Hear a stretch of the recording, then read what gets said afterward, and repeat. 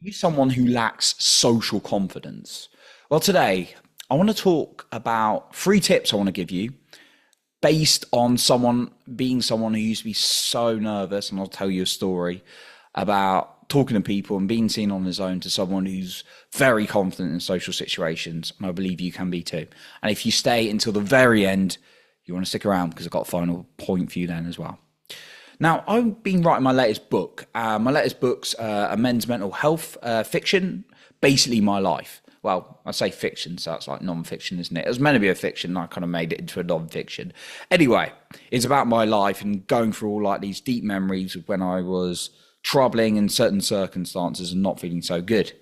In teenage years, in 20s, and other times. And sometimes it's happy memories, right? But it's really opening up who I am as an individual and allowing other men and people in general to see this so that maybe they can relate. And I'm going to give some tips in the book, of course, as well for anyone struggling with their mental health.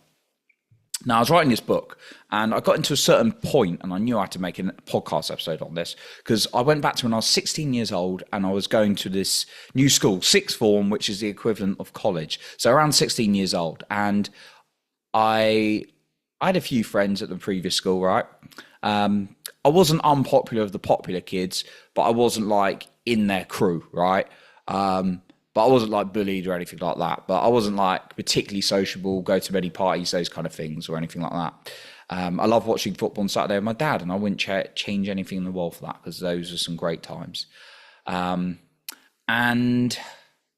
well, that may be a little bit emotional by saying that. Going to be honest. And then, yeah, when I was 16, I was going to this new school, and like the people I knew weren't there for that particular day because they were already a member of that school, so they didn't have to go to this new induction. Anyway, there was a load of new people from other schools like me in there, and I didn't know anyone, and I was really nervous. Like it was like starting primary school all over again because I always had some kind of one person I could at least hang out with for a bit, right?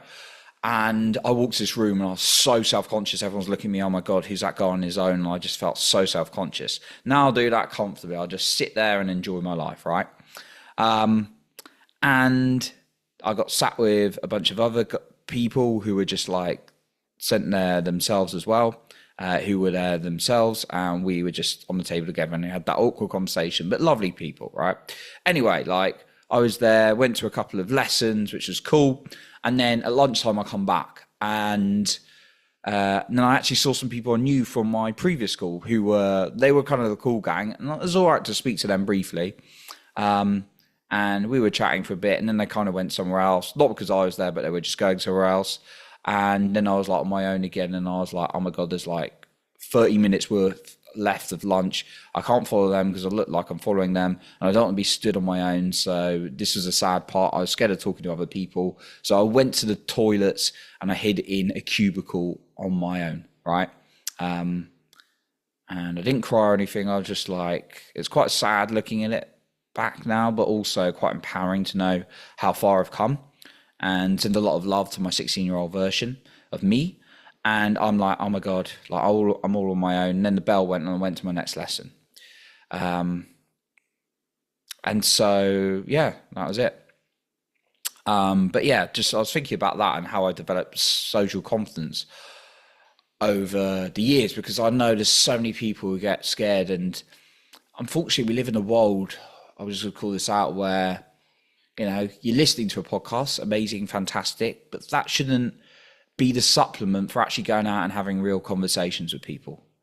You use social media to connect with people. It can be a great tool, but don't use it solely as your way of communicating. Don't be on your phone texting instead of having real conversations with real people, right? And I believe lots of people struggle socially, speaking with other people when you put into those environments. And technology can kind of get in the way of that a little bit, actually having real live connection. So I want to give you some points now, because maybe you're stuck in that loop of being like, I want to build my social skills, but I don't know how. So the first one is being very honest with yourself. Know where you are and where you want to go. Like, so are you someone who's confident socially? If you're listening to this episode, I'd imagine you want to improve your social skills. And then where do you want to go? What does social confidence look like for you? Is it like, because for some people, it's about going into events and being like the light, the shining light, right? I don't mind walking into an event and like everyone looking at me. I don't mind that now. I actually quite enjoy that. Not that I'm like trying to get attention, but I'd be perfectly fine with that. I know other people who can perfectly have great conversations, but they'd hate that, right? They can have great conversations, maybe they enjoy spending a lot of time by themselves, but they have a close group that they talk to and have deep, meaningful conversations. But I know a lot of people hate that. I love it. Right. Okay. So where do you want to go? Right. What is it? What is good social confidence? Maybe it's just a small group of people you love spending time with and you'd like to develop that. So where do you want to go with your social confidence? Get clear on that, because you don't have to be someone who just can speak to everyone. Right. Now, second point is, what is the self-taught you need to look at now? Right. What is your self-taught now? Because if it's like, I'm rubbish at talking to people, do you know what? Human beings go with their identity, will follow their identity. So if you're giving yourself an identity of someone who's not very good at socializing, guess what has to happen naturally? You're going to behave in that way, right? So change your self-talk, like pay attention to the words you're saying, write the opposite, which is an empowering statement. Read that, but don't just read it with meaning and emotion and feeling, right? And then the third point, you may not like this one, but it's really going to push you and help you grow. And you'd rather be comfortable and unhappy, or uncomfortable for a little bit and happy, right? So what is a big action you can do each week, and what's something small you can do daily? Either one of those, right? Little daily or every 2 days is a really good one, right? So maybe it's just saying good morning, smiling at someone, asking someone how their day is, and ideally in person, actually have real life conversations. Or maybe the big action for the week is you're going to go to a social event and you're terrified about it. So commit to something. And a great way to commit to something is to decide what it is, and then immediately you tell someone who's going to hold you accountable.